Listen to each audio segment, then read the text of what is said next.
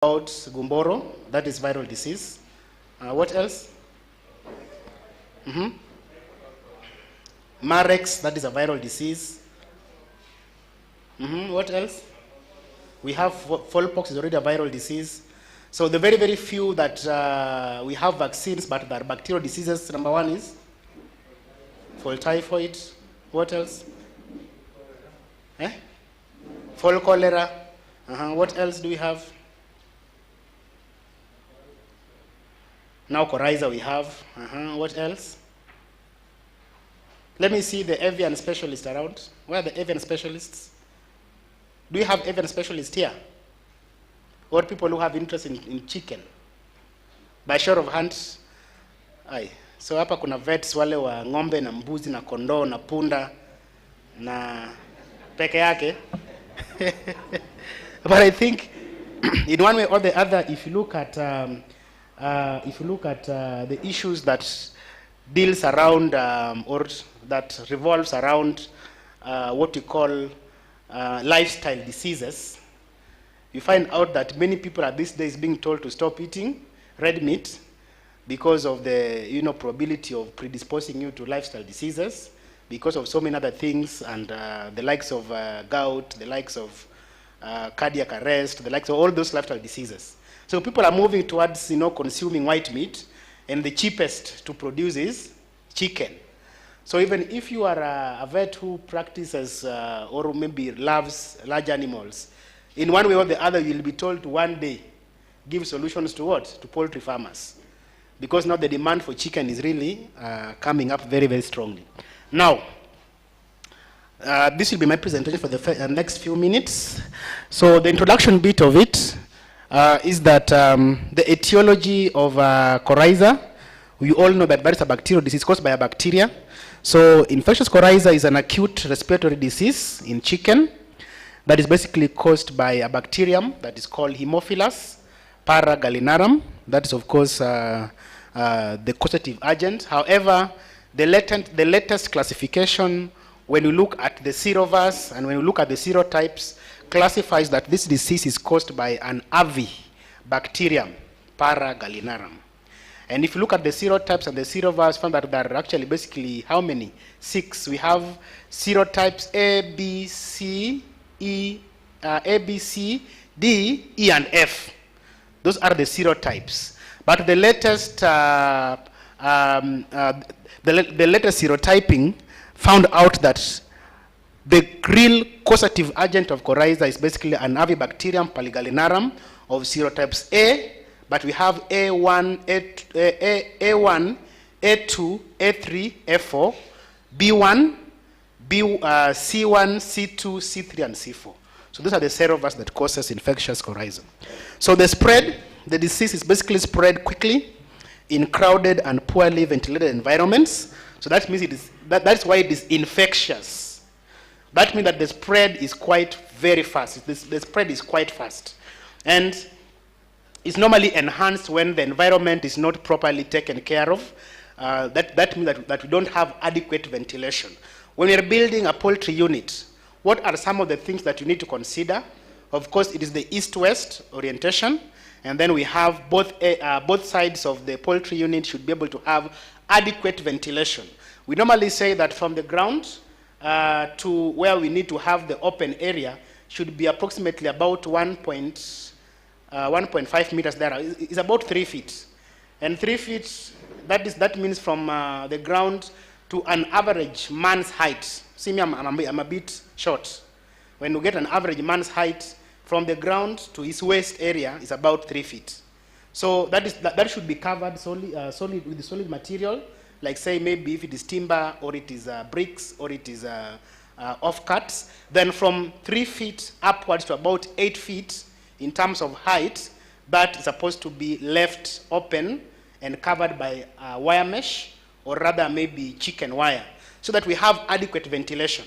Now, commonly, if you walk around the urban areas, because of the issues with land issues, a lot of, we don't have adequate space. Many people tend to just build some funny things in the name of a chicken house that does not have any proper ventilation. So if that be the case, then when you are hit by infectious coryza, then that disease can easily wipe out the entire flock because there is poor ventilation and the disease thrives where we have poor ventilation. So when you're going to advise your farmers or your clients about this disease, tell them about housing as well, because you can be able to vaccinate, you can be able to treat, you can be able to intervene, but not unless you take advantage or you take care of the poultry housing, then there is possibility that even the next flock will have a major challenge with infectious coryza. Now, the symptoms, the common symptoms include swelling around the face, around the head, and some discharges from the eyes, the nose, and difficult breathing. But what is quite pathognomonic about infectious coryza is the unilateral swelling around the area of the head, specifically around the areas of the orbit of the eye. It's more or less an infraorbital swelling. So you find that many times it will be unilateral. And then around where there's a swelling, you can see that picture, is a very classical case of an infectious coryza. Then you find that when you try to press against the swollen area, then something that looks like a whitish to creamish exudate pops out. So that becomes very pathognomonic. But many times, the disease that you can easily confuse with coryza is when we have a bilateral swelling, especially around the area of the orbit and around the area of the head, but now it is bilateral. Which disease is that? That presents in the same way, but now we have a bilateral swelling. Which disease is that? A swelling. Not a lesion, a swelling. Pox, no? It is CRD, yes. So how to differentiate between the two, CRD and coryza, is that for coryza, many times it will be unilateral swelling around the infraorbital area, but if it is CRD, many times you'll find that it is bilateral swelling around the same area. So that is the one that is actually, it's good to know the pathognomonic sign so that now you don't confuse it. You easily pick it out and then intervene in the shortest time possible. Now, by the fact that it is infectious, tells you that if you don't intervene, then nearly all the birds are going to be what? Are going to be infected. And then the mortality rate is also quite high. And sometimes you find that this disease is not quite responsive to most of the medication. So probably maybe, I don't know if it is an issue of antimicrobial resistance that is already setting in for the strains that we have for the serotype that causes infectious coryza. It's subject to maybe further studies, if that could be the case, an AMR case, but you find out that many times this disease is not responsive to most of the drugs that we have available in the market. The economic impact, infectious coryza can lead to significant losses for the poultry farmers due to what is most significant is that when you have layers or when you have improved kienyeji birds, which currently many farmers are really adopting and keeping in numbers, when infectious coryza sets into the poultry unit, if there were layers or there were improved kienyeji at the layer stage, you find that there will be a sudden drop in egg production by close to 40%. Now, again, it is good to remember that if you're talking about infectious coryza and also looping in the fact that it affects egg production by close to 40% drop in egg production, then there's another disease again that can easily confuse you with that. What is that disease? What is that disease that can easily confuse you with coryza in terms of decrease in egg production, sudden decrease in egg production? What is the differential in that regard to sudden decrease in egg production? Any idea? Hey, hapa kuna watu wa kuku bwana. What is the name of that disease? Infectious? Bronchitis, yes. So you need to understand that that is also a differential when dealing with infectious coryza. So you need to rule out infectious bronchitis from infectious coryza. And how do you rule out? What are the signs that you are likely to see in infectious bronchitis that are not present in infectious coryza? The infraorbital swelling, okay? Then sometimes we have increased mortality rates, and these mortality rates can increase to this level of between 5 to 20%. So we find that now when the chicken are infected, if you have 500 poultry birds, or you have maybe 1,000, then you find that the mortality rate is likely going to be about 20% thereabout. So we have a significant high mortality rate.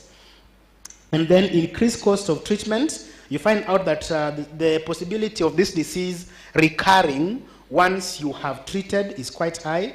And then it's also evident that many times the disease, the birds that get treated for the disease, many times they become carriers. Okay?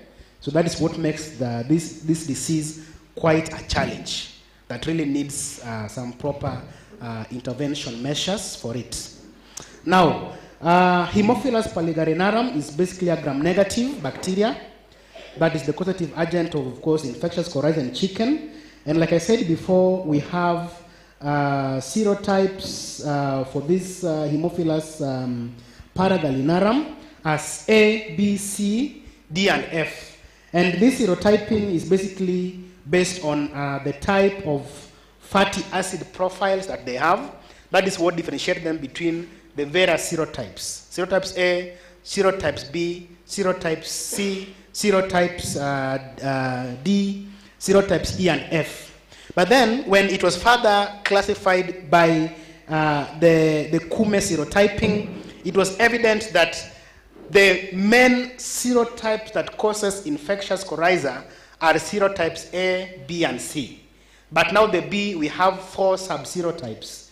C, we have A1, we have A2, we have A3, and we have A4. Then we have B1. Then we have C1, C2, C3, and C4. Those are the ones that are responsible for causing the disease of infectious coryza. So the serovars A and C do not provide cross-protection against B. So that is more or less, independent. So if maybe in a place where you have infectious coryza that codes for serovars B, but then you get a vaccine for serotype A and serotype C, then you find out that they're not able to take care of serovar B. But if you have the one for serovar A and serovar C, and then the serovar B is absent, when you get a vaccine that is only serovar C or serovar A, then they can cause cross protection for that particular infection. So that is how it happens. So because A, B, and C is the most common, we normally advocate that you get a vaccine that is multivalent, that has the ability to take care of all the serovars. The pathogenesis, the bacteria gains entry into the respiratory tract. It's a very, very easy thing that we all know. It gains entry through the respiratory tract, through the nasal passages, and then it infects the respiratory epithelium. And remember what normally happens when we have a foreign body. Basically, the virus will be treated as a foreign body by the body. And what happens as it passes through the epithelial lining of the respiratory system, remember that the epithelial layer of the respiratory system is normally covered with millions upon millions of goblet cells, correct? So as it passes through the epithelial layer of the respiratory system, then the body reacts, and it enables the goblet cells to begin producing mucus, okay? That is basically a response towards being able to flush out the virus from the system. So that is what basically causes the, ile kufungana, because overproduction of the mucus by the goblet cells along the epithelial lining of the respiratory system will cause blockage or clogging of the system. So that is why when we have infectious coryza, what we'll be able to hear is the whistling sound. Ile kama zinangorota, si ndio? Then they try to expel that mucus out of the system, and that is what will cause all those kind of sounds that we hear coming out of the respiratory system of the birds.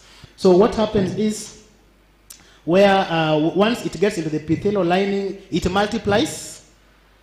That causes local inflammation, and this can result into characteristic signs of infectious coryza, such as now nasal discharges. Of course, that explains why we have the nasal discharges, and also the eye swelling.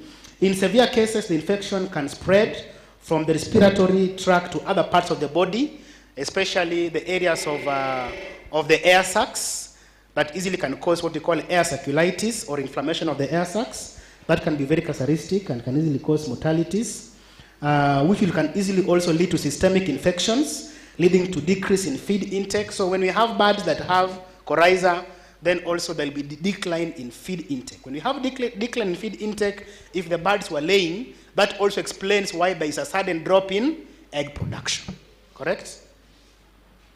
Then we also have significant weight loss that is also attributed to the decline in feed intake and also decreased egg production. So it is important to note that the pathogenesis of infectious coryza can be influenced by various factors, such as the virulence of the bacterium.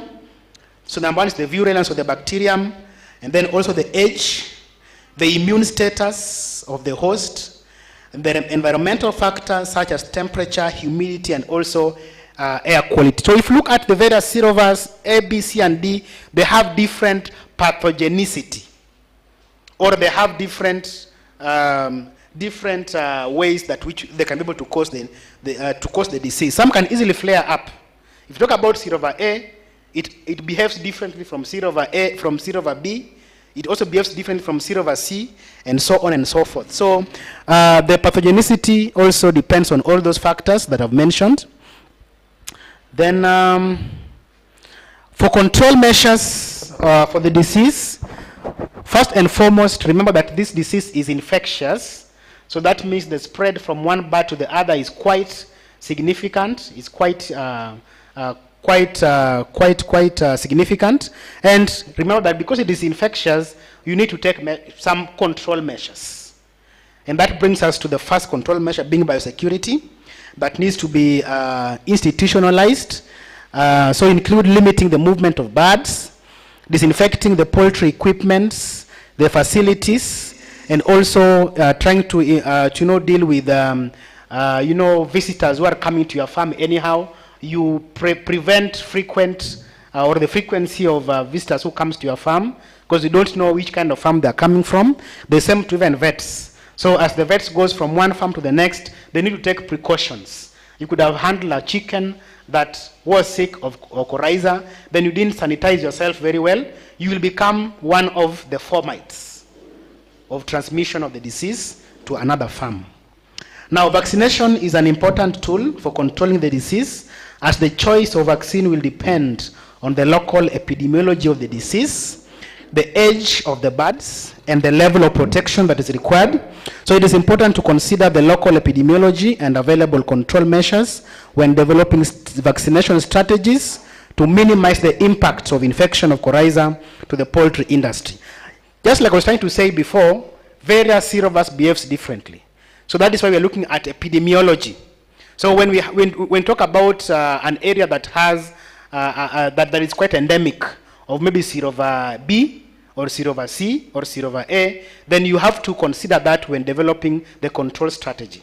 So if maybe the area is endemic for serovar B, but then you bring a vaccine for serovar A and C only, or maybe you give a vaccine that is maybe having serovar A, B, D, E, and F, then at the end of the day, you're not doing anything.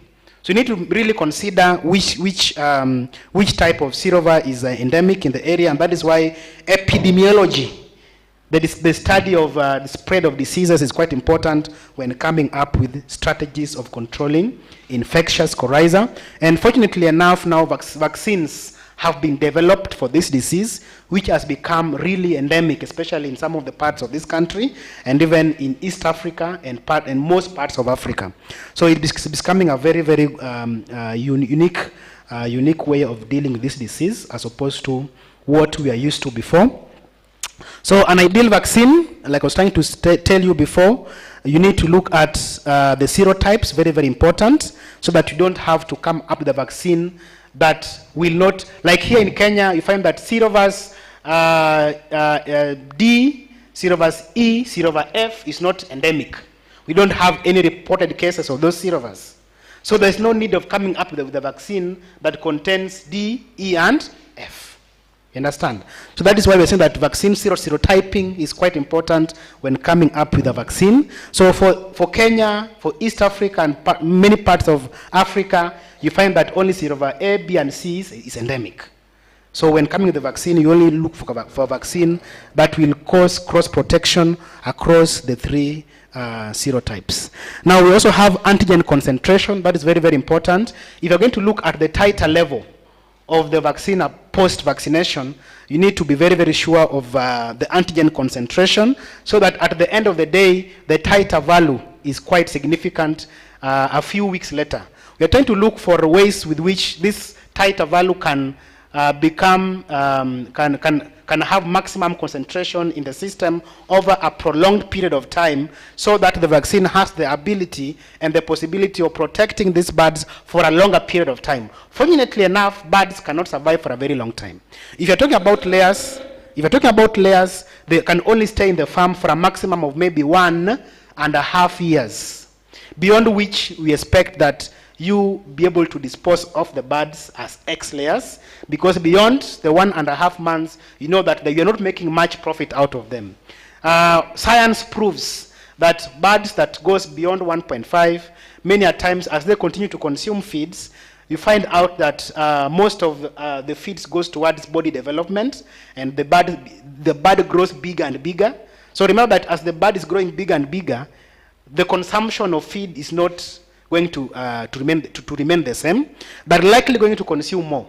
So when they consume more, that means that the cost will go up in terms of the amount of feeds you'll be giving the birds on a daily basis.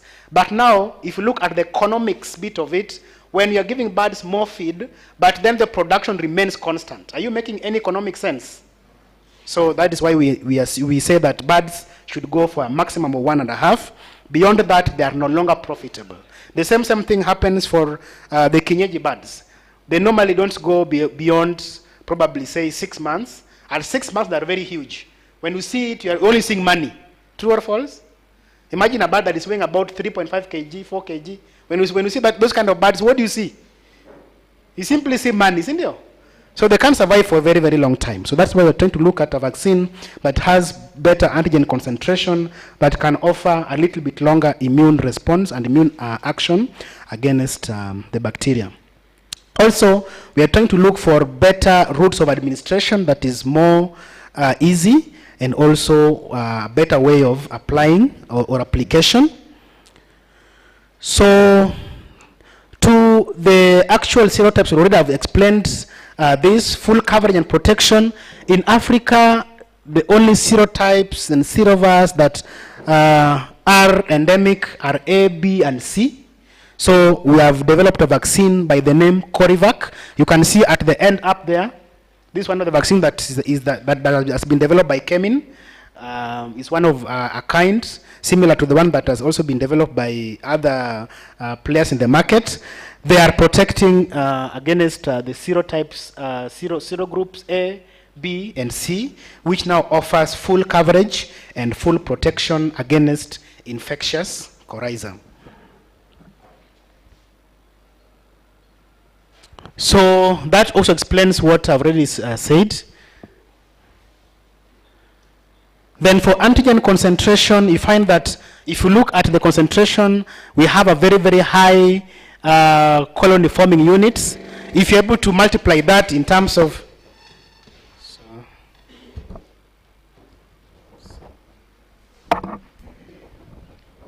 if you do that calculation, 10 to log 8, those who are very good in mathematics, that comes to how many colony forming units?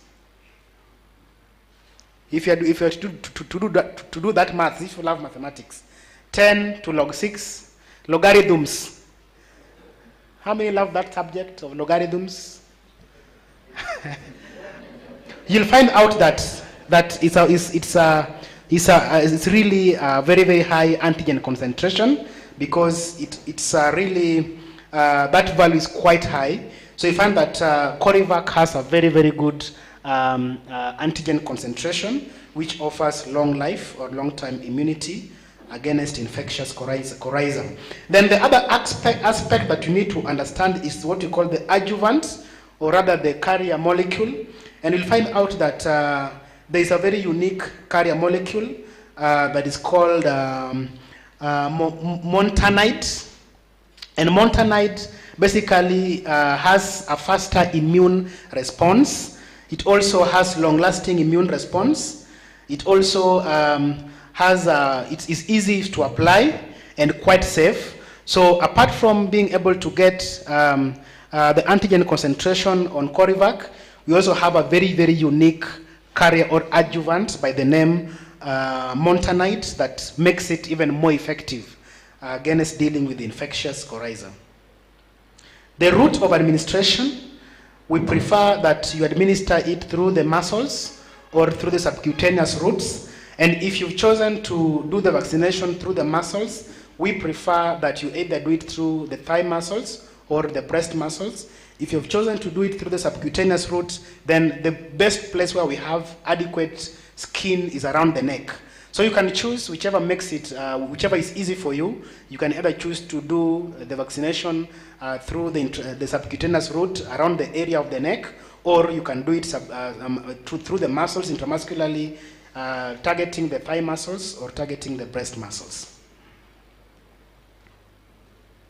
The vaccination program, we have two main ways of dealing with it, depending on what we call the challenge. When we have the early challenge and when we have the late challenge. So if you have the early challenge, it means that that disease is basically endemic in the area that you target to vaccinate in.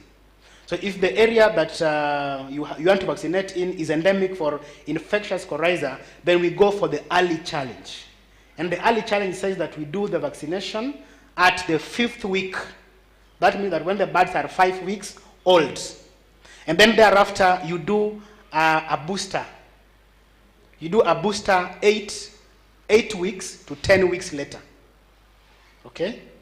Then when the area that you want to vaccinate in is not endemic, or maybe the disease is not common in that particular area, but you feel that you need to vaccinate against infectious coryza, then we advocate that you go for the late challenge. And that late challenge says that you vaccinate at 8 weeks of age, at 8 to 12 weeks of age. So you can choose between 8 to 12 weeks. So 8 to 12 weeks of age, and then thereafter, you're able to do a booster vaccination 8 to 10 weeks later. Okay? But if maybe where you are vaccinating is average, that means that it's not very common, it appears once in a while, then you can only do just one single shot, one single injection at about between 5 to 8 weeks. Anytime between 5 to 8 weeks of age, and then the vaccine gives the birds long life immunity. So you don't have to give any second booster, as it were. So it depends, basically, if you want to do it early or if you want to do it late, you can do so. But still, it has, because of the antigen concentration, it gives it the ability to give long life immunity or immune response. So either you can do it 5 weeks and then repeat 8 to 10 weeks later, or you can do it at between 8 to 12 weeks and then repeat 8 to 10 weeks later. But if you see that the area where you are operating in does not have a very serious infectious coryza challenge, then you just give it one shot that gives long life immunity. Then I'll look at the efficacy studies. There's some studies that were conducted on the infectious coryza, Corivac, and maybe I think if I limit so many words, let me go to the diagrams, which will be able to explain what I'm talking about. So some efficacy studies were conducted, and it was evident that if you are to look at the clinical signs, that means that, remember, even post-vaccination, especially if the disease comes and you're able to treat that bird will remain a carrier. That is a thing that you always need to remember. And when there's a flare-up of that disease again, symptoms can appear. Symptoms can appear, and the birds can show symptoms of the disease. But now what is evident is that there will be no mortality, because the idea is, or the farmers don't want the chicken to die. So when the efficacy studies were conducted, you can see that the birds that we have, of course, two groups. We have the ones that were vaccinated and the ones that were not vaccinated. And this diagram simply shows the variation in the two. We have the control group and we have the group that were vaccinated. And if you look at in terms of the clinical signs, you see that the clinical signs were greatly masked when in the group that were vaccinated. The clinical symptoms, the swelling of the eyes and so on, the nasal discharges, they were greatly masked when that group was vaccinated. But on the other end, on the extreme right in yellow, I don't know if that is yellow or it is what? I think it is yellow. So the one that is yellow, you find that the birds that were not vaccinated, when they were exposed to the disease, then the clinical signs were quite significant. So swelling of the infraorbital spaces, talk about the nasal discharges, isokungorot and all those, they were quite significant. So that means that when you vaccinate, then you reduce the chances of being able to see those clinical symptoms. Another study was conducted that was targeting to look at mortality. And if you look at the mortalities, we have the control group, we have the group that was under test, the ones that were vaccinated. If you look at mortality, it was actually nil. So it means that all the birds that were vaccinated using Corivac, none of them died. But the ones that were not vaccinated, when they were exposed to the challenge or to the infection, then we had significant mortality. Then you can see we have various serotypes A, serotype B, serotype C. And you can see that the most virulent is normally serotypes A and C. That causes a lot of significant mortality rates. And that's why we say that because they're operating independently, if you ever get a vaccine that does not take care of B, and then you bring only A and C, then they can't offer cross immune response. You have to get for a vaccine that actually targets all of them. So you see they behave differently. Even in terms of mortality rates, they behave differently. Of course, A is the most virulent. It's the most pathogenic. Then another study was conducted, and it was about re-isolation. That means that once you have vaccinated, and then you want to isolate and see whether there are still, there is the bacteria is still present in the birds. You find out that in the one that is blue there, only few titers were, only few were isolated. But then when you look at the group that was not vaccinated, all the serotypes were present in full. So that means that now there is a very big advantage in being able to do the vaccination, because you're going to actually maximally protect the chicken against the disease. So you can see the three diagrams simply explains what the efficacy study says. In terms of clinical symptoms, in terms of mortality, in terms of re-isolation, it's normally advisable that we vaccinate the birds. Okay? Then there was also a study that was conducted against protection in terms of percentage, and we find out that if you look at protection in terms of percentage, for the birds that were vaccinated, there is a lot of percentage, there is significant protection against the disease. Then again, you can also see that B is also showing a very, very big level of percentage of protection, because like I was saying before, serotypes A and C is the most pathogenic. Okay? So the birds that were not vaccinated, there is nil protection against the disease. Okay? So this basically explains to you the advantage of being able to vaccinate birds, because they offer maximum protection against the disease. So if you look at the titer level, this diagram simply explains the titer levels, and you can see that we are offering the vaccine between the first 5 weeks or at week 5, and then we are giving a booster 8 to 10 weeks later, or we can choose that when we have not a very strong, if the disease is not quite endemic in the area that you are trying to do the vaccination at, then you can do it at 8 8 weeks of age, and then you can repeat 8 to 10 weeks later. So in this diagram, you can see that if at 8 weeks, the titer level is quite low. Okay? At 8 weeks, the titer level is quite low. But then, going forward, you can see that the titer level is increasing.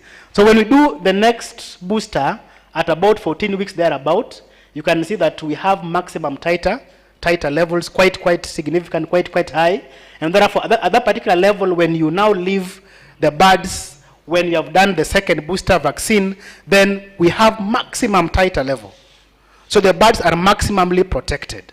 So again, that's why it explains why we need to do a booster, because when you only do one jab, then you'll find out that the protection is not quite significant, or not quite good. But when you do the second booster, then the titer value goes even much higher. So in conclusion, Corivac is basically a very powerful tool to protect your birds against avian infectious coryza, thanks to the 3 serogroups, A, B, and C, that provides broad spectrum protection, which already I've explained that. And it contains high antigen mass. Already we are talking about the antigen concentration, quite high, about 10 to log 6, which is quite significant. And then ensuring maximum protection against the disease. Corivac vaccine can be administered through the IM or through the subcutaneous routes that provides flexibility for the vaccination program. Corivac, together with the adjuvant that I talked to you about, we have a very special adjuvant that was added to Corivac, and basically you find that there is actually consistency in protection against the disease, together with the adjuvant that actually offers long life immunity or immune response. Then Corivac has been tested in field trials and demonstrated its efficacy, including high titers. Already you've seen the titer values and the titer levels, which goes higher after giving the second booster vaccine. And you find out that it induces high titer of antibodies against A, B, and C serovirus, thus providing good protection against infectious coryza. So until there, I think I've come to the end of my presentation. Unless there is any question, I'll be willing to handle. Thank you very much.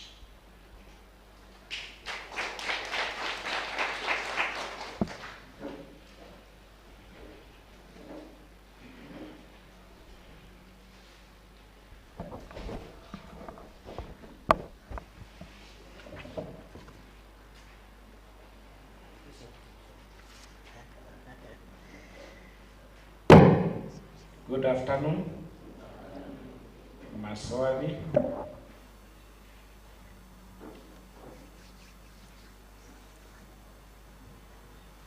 Dosage rate and package.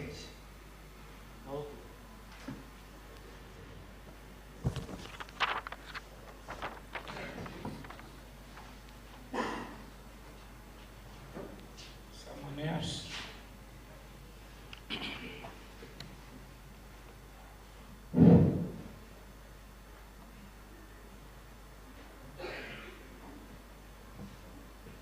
There's someone there? I'm from Kajano. I was asking what happens when you vaccinate the bat later, let's say like when they are talking salt. And another one. What happens if in case there is a coryza infection and what antibiotics you use when you treat them so that you can vaccinate them?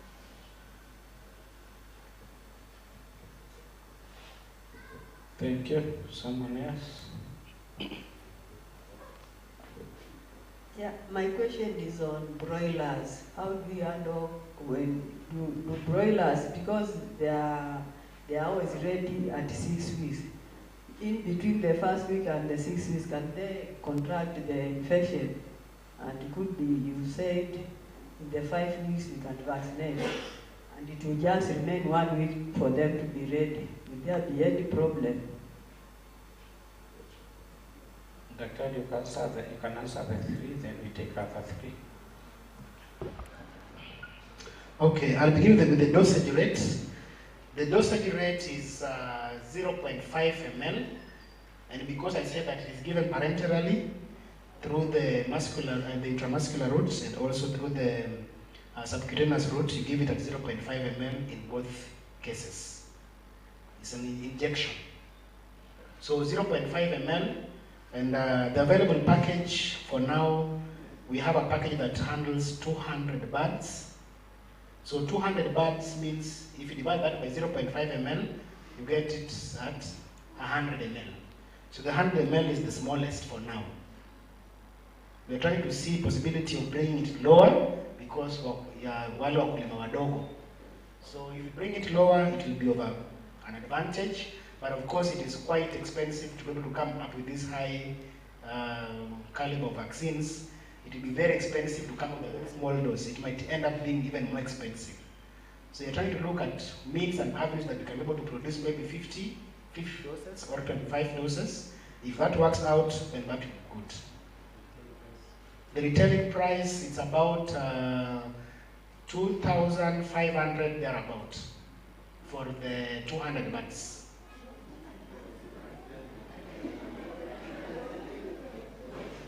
It's very expensive, huh?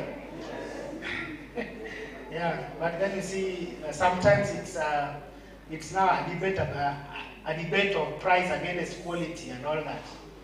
So, but we're trying our level best. Currently, I think with Atlantis, we have an offer that is running on the vaccine, and that offer is when you buy 10 vials, you get one free at 2,000 shillings. That means that if you buy 10, you get one free. If you divide the total value of that invoice by 11, the price comes to 1,800 per vial.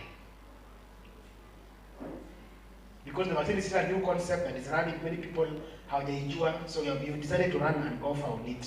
So the offer is still available and you can enjoy the price for now when it is still available. Then there was the one for vaccination at 12 weeks. Well, if you didn't vaccinate early enough, you can vaccinate at any stage you want.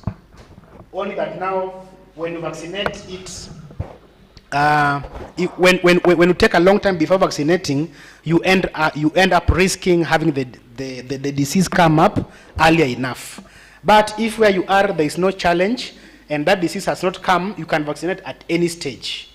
Even at 12 weeks, even at 15 weeks, at 18 weeks, you can do it at any time. So there is no restriction, okay? So you can do it at any time, whichever time you want. And then for the antibiotics to be used, remember that the clinical manifestation, the clinical signs manifest around the respiratory tract. So you look for a product that can take care of the respiratory tract infection. For example, we have what we call Fosmit. Fosmit is one that has been working well in the market. You can look for it at your own time and it will give you results. Then for the broilers, these days, even, there's a very big challenge because broilers in the past, you find out that there was no issues of it even being affected by the likes of fowlpox. But these days we are seeing fowlpox even affecting broilers. And you see, if it's about fowlpox, normally we vaccinate at what age? The first time, around 6 weeks. But then you find that broilers are coming up with fowlpox, the same disease that we are vaccinating at 6 weeks. So we advocate that if the area where you are, the disease is endemic, you are allowed to do the vaccine as early as at 1 month of age. At 1 month of age, so that now at least by the time that now the titer value is now low, especially for pox. If they were vaccinated at the hatchery, if the parent stocks were vaccinated, we mean that there will be passive immunity to the offspring, and that immune status will be low at about 6 weeks of age. That is why we give the vaccine at 6 weeks. If you do it earlier, then there's risk that it might be neutralized by the maternal immunity. So those are the kind of discussion that you're trying to look at. But then it has been proven that even if you do it as early as, the same for fowlpox, if you do it as early as 4 weeks of age, still there will be immunity. There will be immune response, and the birds will not manifest symptoms of fowlpox, and even the same for coryza. So for the broilers, if where you are it's endemic, do it as early as 1 month. That is 4 weeks. No, there isn't. There isn't. There isn't. Yes. More questions?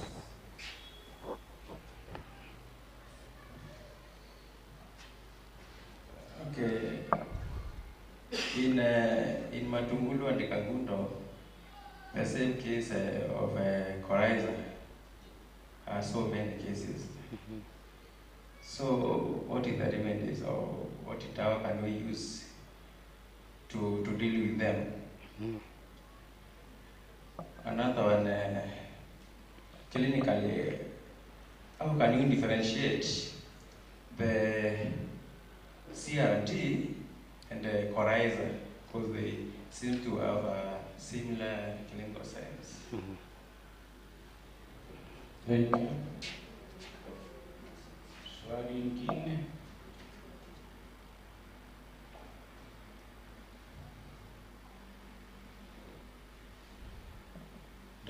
So let me answer that. I think I had answered that previously, but for your sake, I'll just repeat. Where the disease is endemic, like maybe in the area of Matungulu and Kangundo, then you can advocate or you can advise your customers to allow the birds to be vaccinated early. If it's not quite endemic, do it at 5 weeks, 6 weeks. If it is quite endemic and it is it's a very common problem over and over again, do it as early as the 4th week. And then from there you can do a booster vaccination 8 weeks later. So that will be a sure way of protecting the birds against infectious coryza.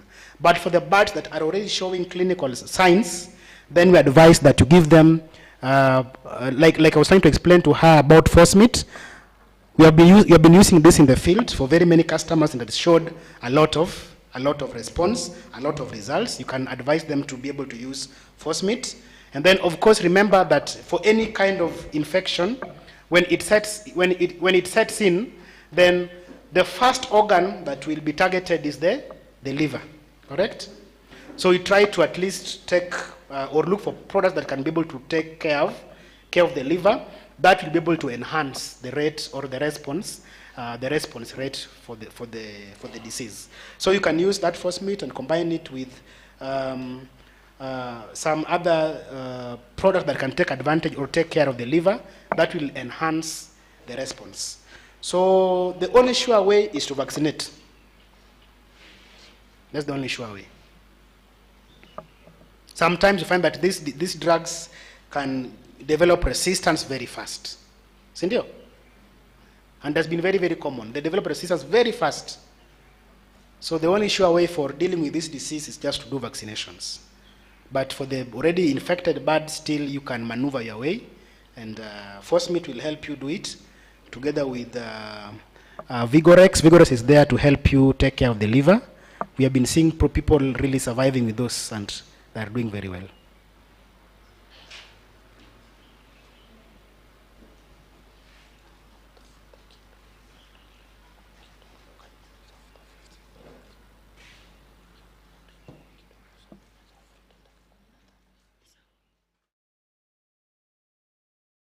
Any other question?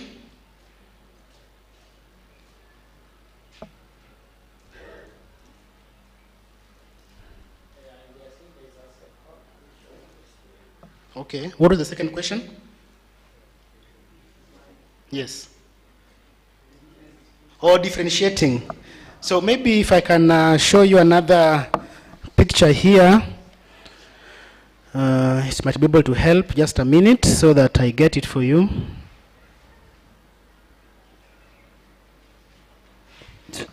Only that this system seems to be, I have to, let me see. I want to show you pictures so that now that can help you in differentiating. Let me be able to get it here.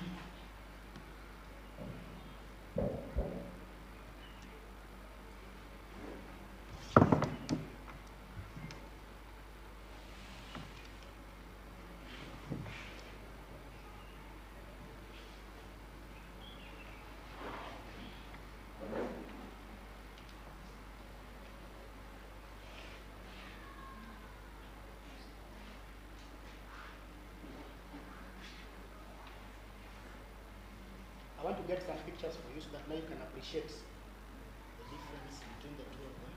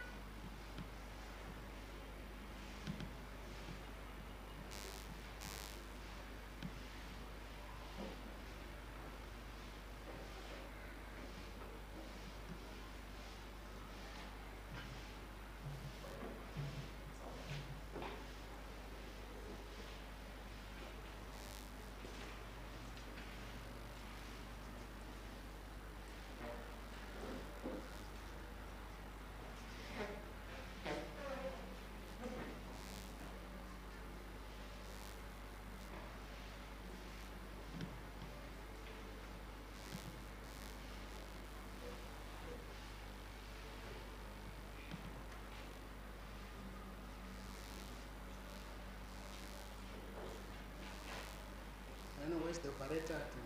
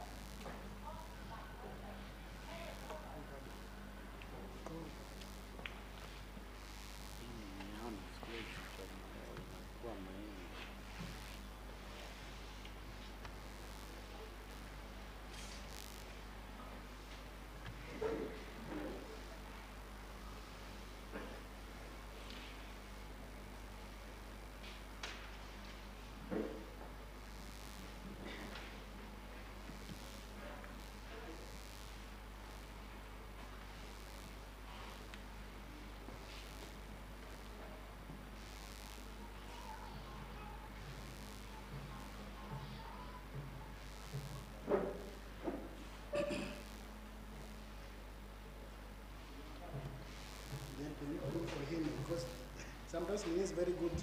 Technology is very good, but sometimes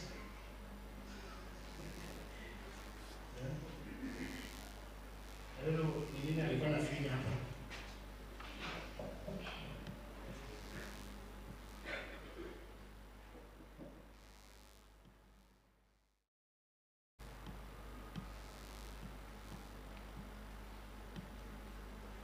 Okay. At least imekuja. Have you ever seen a case like this? Have you ever seen a case like that? Have you ever encountered a case like that? Yes. So you find that, like I was trying to explain before, many a times you'll find that this kind of a case of CRD, or commonly called mycoplasmosis, you'll find that there'll be many a times unilateral, bilateral swelling around the area around the head. So you'll see that this area is swollen and the other side is also swollen. Okay? So that is very, very pathognomonic for mycoplasmosis. Let me see if I can get another better diagram.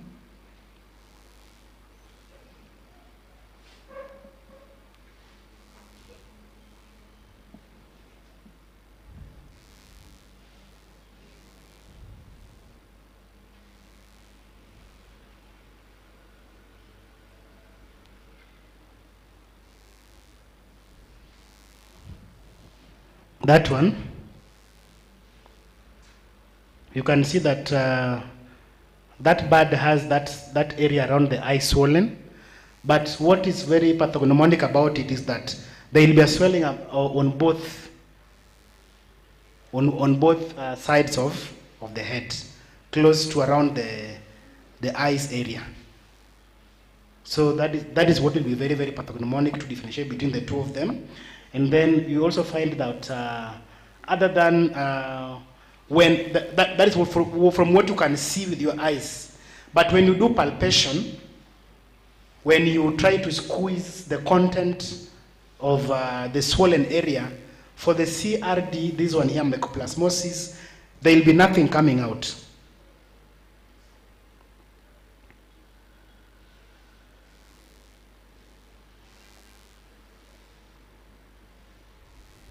Yeah, for this one here, when you try to squeeze the content of the swollen area, there will be nothing that is coming out. It's just like more or less a hard swelling.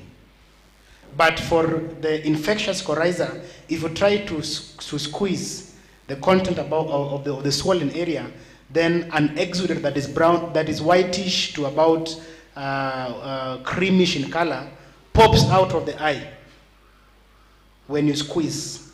So that is one of the best ways of also trying to differentiate between mycoplasmosis and infectious coryza. But in both cases, you'll find out that there will be a swelling around the area. And also in both cases, there will be a sudden drop in egg production. Talk about mycoplasmosis, talk about infectious coryza, there will be a sudden significant drop in egg production.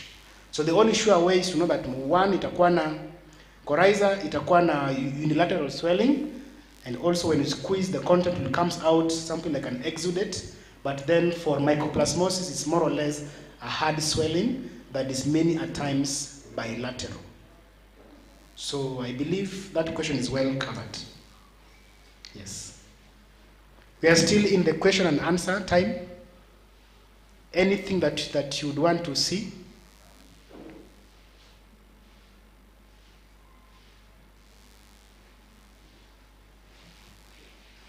So I think then another thing that I wanted to also show you based on that, let me look for it again.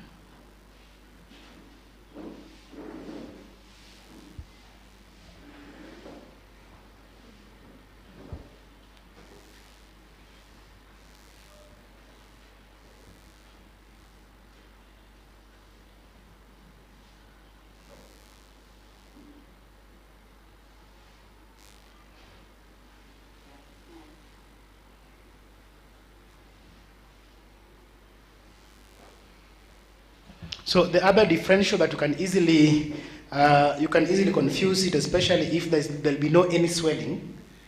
There'll be no any swelling, then it will be infectious bronchitis. Should you fail to see the swelling, which sometimes might not show up, but the birds have the disease, is that there'll be sudden drop in egg production by close to about 40% for infectious coryza. The drop in egg production is much higher for infectious bronchitis and for mycoplasmosis compared to coryza.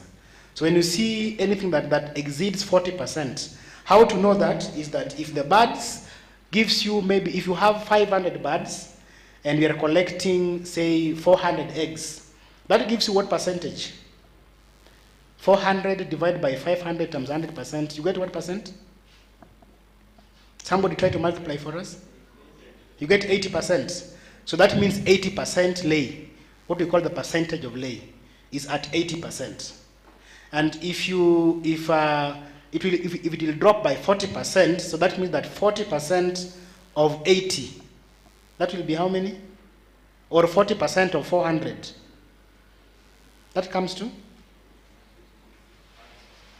Comes to what? 160. It's on 160. Is it? So if it's 160, then that means that now there will be a sudden drop of egg production from what you're expecting at 400 all the way to 160. So if you get anything that is below the 160, then that is likely going to be a case for infectious bronchitis and even mycoplasmosis. Should there be any no swelling? I don't know if I answered your question as well. Satisfied? Yes. Any other question?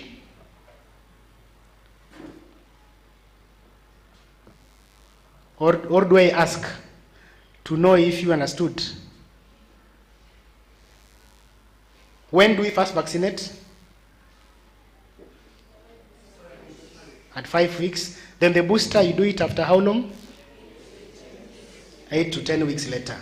When we have, if it's an early challenge, if it is maybe it's not endemic and a late challenge, when do you do it for a late challenge? You get it you do it at 8 to 10 weeks, and then you do 8 to 12 weeks, and then you do the booster. How many? 8 to 10 weeks later. What is the dosage rate? 0.5 mL. The route of administration? IM or sub-Q. Very good. So we also say that for the cases of broilers, if it's in the area that is endemic, you can do it much earlier. There will be no problem. Because many times we find that now the birds are not being vaccinated at the hatcheries. So there will be no any dilution of the immunity. Maternal, yes. We can give you a mic so that everybody benefits. There was one there.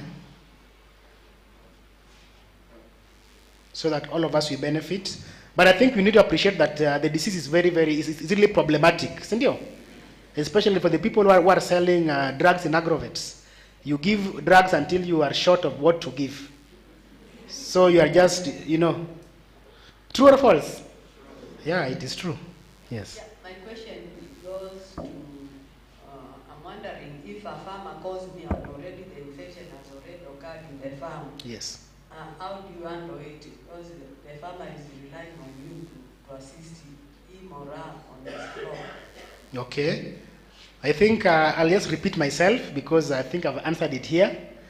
And I said that we look for drugs that can be able to give you response targeting the respiratory tract, because it's basically a respiratory tract infection. So the clinical signs will be basically revolving around the respiratory system. So, and I was trying to tell him that we have so many products in the market that are able to do the same. But you see, I'll tell you about what I know. Sindio? For what I know, which have been able to sort out so many farmers who have called us for the disease, we have been able to combine three drugs. There are actually three drugs which actually are targeting different things. So we have what we call phosmid. It's a phosphomycin and tylosin. Phosphomycin, already there is no any resistance to it in the market.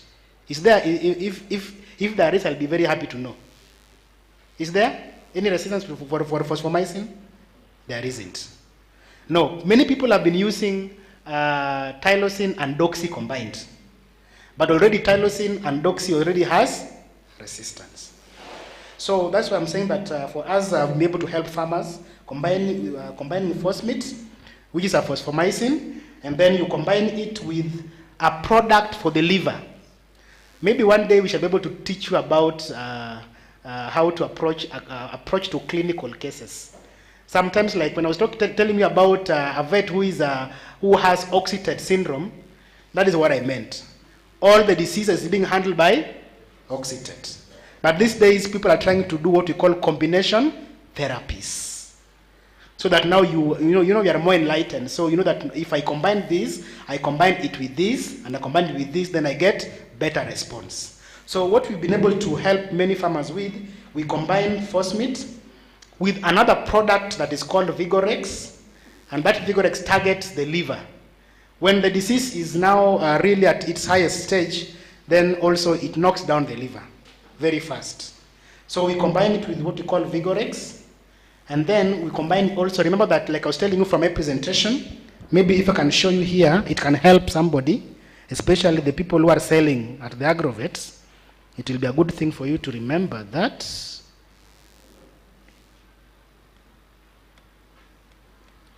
When I was making my presentation here, I told you about something very unique with infectious coryza.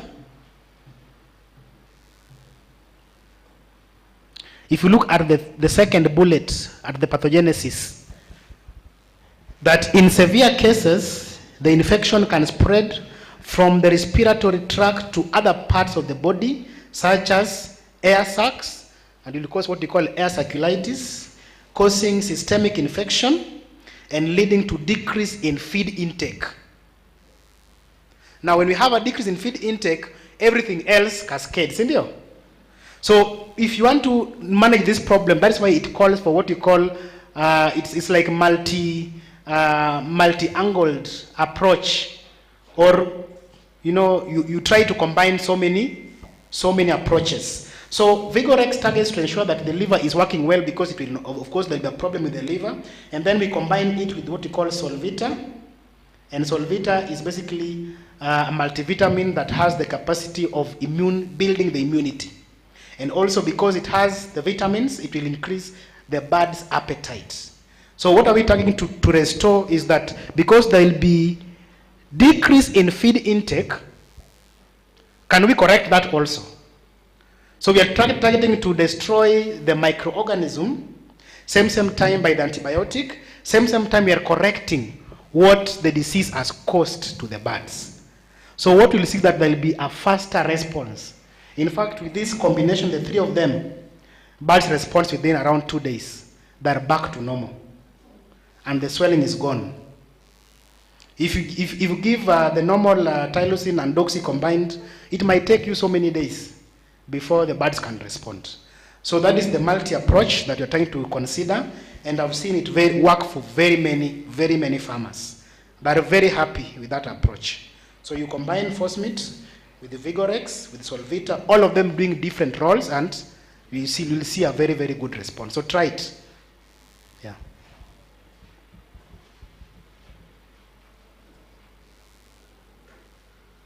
Any other question? It's a very trouble. It's a disease that still has been troubling many of us. So let's ask as many questions as possible, because we need results, and we need solutions to the problem. Yes, another question over there. We still have time, so just ask questions. Yeah, I was asking, will you need to put something in the eyes? Well, there'll be no need. If you combine these medicines, and you see like phosphomycin acts systemically to all the systems of the body. It will go to all the systems of the body, targeting everywhere. And you see how it works is very unique. Only that maybe I might not have adequate time to explain to you how this phosmate works. But remember that phosmate is normally a very small molecule. It has smaller molecular weight. So back to pharmacology again. It has a very small molecular weight. Then tylosin and you see this phosmate, there is what you call fructose 1,6-diphosphate. Fructose 1,6-diphosphate is basically an energy source. So what happens is, why it normally works much faster, and why it is even more interesting, and it works systemically, is that because phosphomycin is bactericidal, but then tylosin is bacteriostatic. So combining phosmate and combining phosphomycin with that tylosin, which is a big molecule, but then fructose 1,6-diphosphate is now even bigger in terms of the molecular weight. So what happens, because fructose 1,6-diphosphate is in the form that the bacteria needs for its own use, there'll be no more digestion. By the way, if you lumber glucose undergoes metabolism. And then from there, you're able to get now the form that is now that has been metabolized, that is now being used by the body. So the fructose 1,6-diphosphate does not undergo any metabolism. It is direct. It is ready for use. So what happens is, because it has a very big molecule, but then phosphomycin is very tiny. It's a very tiny molecule with a very low molecular weight. The bacteria, you know how they normally do their own things, how they eat. They eat through the process of phagocytosis. Sindio? So they open what I might call in quotes their mouth. Because normally they have the cell wall, the cell membrane, but it is flexible. So they're able to open and then they engulf, then they close. Correct?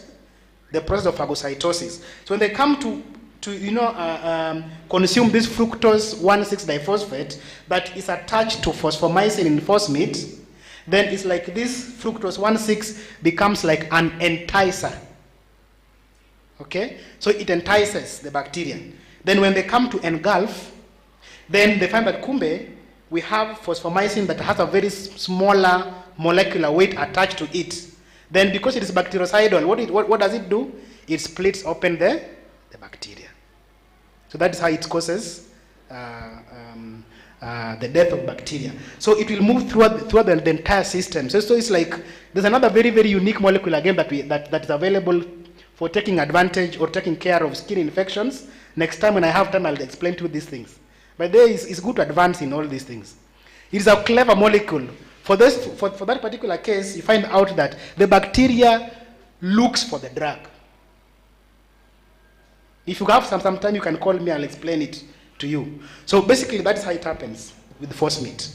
And that is the reason behind its fast response. So you don't have to apply anything on the ice. This force meat will work on it. Sawa.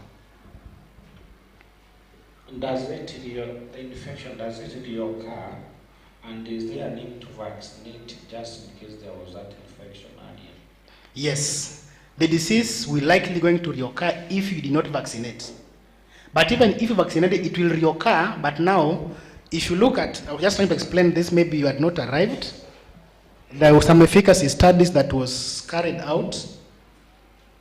For example, that is the clinical signs. You find out that when the disease comes again, it will reoccur, but then the clinical signs are masked. The same way si tulikuwa tunavaccinatiwa against what's the name of this disease? That COVID, But after you've been vaccinated, still you can shika that thing, isn't it? But now what happens? The clinical signs are not very severe. So you won't die. The same thing will happen here. The disease will reoccur, but the clinical symptoms are masked. If you look at the mortality rates, you find out that for the birds that were vaccinated, there was 0 mortality. So even though the disease reappeared, but with the masked clinical symptoms, but there was no what? No death, no mortality. Yeah. Any other question?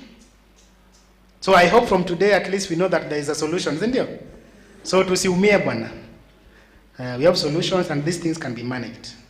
So I think I've used my time well, is it? Or I still have some more time, I ask questions? I have 5 minutes. Can somebody ask a question? I want you to ensure that you are getting all points also. So that you get full points, isn't it? And questions is also part of it.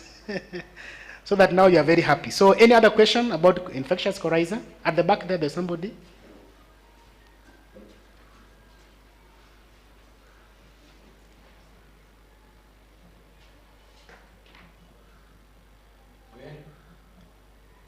Or it was stretching, I think, maybe.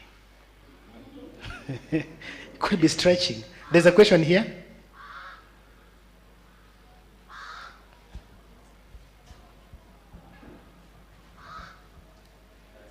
Other species like donkeys, owls, etc. Okay, it does affect other species as well. So it is a disease of the avian family. You see, avian family is big. Yes. It will also affect other species. The same way pox will affect other species. Use the same vaccine. Correct, the same vaccines. They have the same serovas.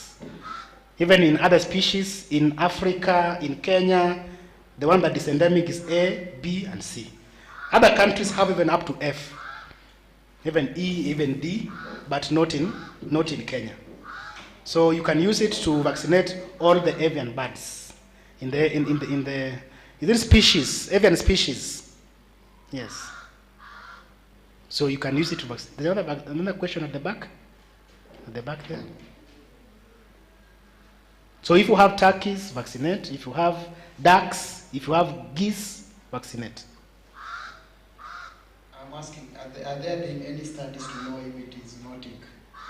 If it is zoonotic, I think the studies that were done were basically on efficacy. On zoonosis, maybe I find out. I'm not very sure. You see, it's basically just a new concept that just came up the other day. It's not very, very old, but then I don't think it is zoonotic. If it were, because I'm sure people normally consume these birds who are infected. In fact, African setup, especially where I come from and our neighbors down there, they don't, when the bird is sick, it is a call for slaughter. Whichever kind of sickness, even if it is Newcastle, even if it is Ugumboro, if they see it is sick, it is a call for slaughter. They can't allow birds to die. I'm in Noonea, but that's what I see them do it there. It's a call for slaughter, immediately you slaughter it, and they've been eating those birds. And there's been no any cases of them getting any lesions or what. So I highly doubt, but it can be, you know, it can be, some studies can be made on it, if it is zoonotic or not.